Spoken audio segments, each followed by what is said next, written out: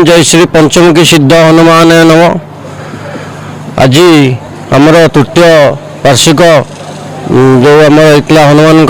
प्रतिष्ठा दिवस होता तार आज जन्म जयंती तृतीय वर्ष एवं तृतीय वर्ष उपलक्षे आज कलश यात्रा आरंभ होती। कलश यात्रा पर अग्निस्थापन हम यज्ञ हम और संध्या बेले आमर रही प्रवचन और भजन संध्या और यज्ञ सुंदरकांड गीता यज्ञ चंडीपाठ यही सब कार्यक्रम यज्ञ रही आनंदपुर एवं आखपाख अंचल समस्त भक्त मैंने समागम होती बाबा आशीर्वाद नौ तेणु आउ जो भक्त मैंने रही अच्छा समस्त को ये जगह को आसवाई अनुरोध कराऊँगी ठाकुर आशीर्वाद नापी समस्त को आम आह्वान करुँ। जय जगन्नाथ जय हनुमान। 3 दिन धरी पालन हम दिगंबर पंडा आनंदपुरवासी पंचमुखी हनुमान पूजक तृतीय वार्षिक पूजा उपलक्षे सब वर्ष पर वर्ष परंपरा से पूजा चालू रही।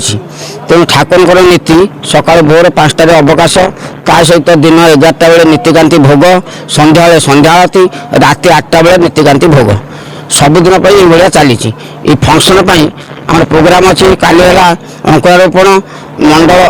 मंडलावहन कलश स्थापन अग्निस्थापन आज शुभारंभ शुभ अधिवास शुभ कलश स्थापन तापर दिन 11टा बेले अग्निस्थापन दिन 4टा बेले ठाकुर प्रसाद सेवन जहाँ रीतिकांति हवा कथा हम ता सहित संध्या को संध्या आरती हम संध्या 5:30 6टा भितर संध्या आरती हम राति 8टा बेले ठाकुर प्रसाद सेवन हम। ठाकुर महिमा बहुत किसी अच्छी केते भक्त आसर भी आस जिला बाहर से गुआ नारिकल ठाकुर बसैकी मनस्कामना पूर्ण कर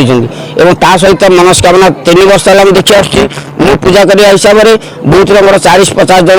मनस्कामना पूर्ण होकर जाइए कार छुआ पिला कार बाहर कार चाकरी बाकरी सब तो समस्त उपकृत होती। आज जो भक्त भावमय भक्ति भीतर समस्त बुड़ी रही 108 कलश बुड़ा है समस्त भावमय परिपूर्ण भक्ति भाव नाम संकीर्तन करके आनंदपुर ग्रामवासी कलश यात्रा शोभा यात्रा आनंद करा। तृतीय वार्षिक उत्सव जो प्रतिष्ठा उत्सव पालन होती दिन धरी पालन हम कौन कौन कार्यक्रम पंथा रखाई केमती देखुन जनसाधारण कौन कहे केमती आमर तृतीय वार्षिकी प्रत्येक वर्ष पर ए वर्ष आमर पालन कराऊँगी जाकजमक भल भाव में पालन करने आम चेष्टा करुँ बहुत भल भाव में होगापाई आउ बहुत भाव में फंक्शन भी आम रखीचु 3 दिन काल 3 दिन आमर फंक्शन हम 3 4 ना 4 5 6 आउ समस्त को आम अनुरोध करुँ ये फंक्शन में समस्ते आसिक योगदान करूँ एवं आमर ठाकुर को केमी उन्नति हम से समस्ते चेष्टा करूँ।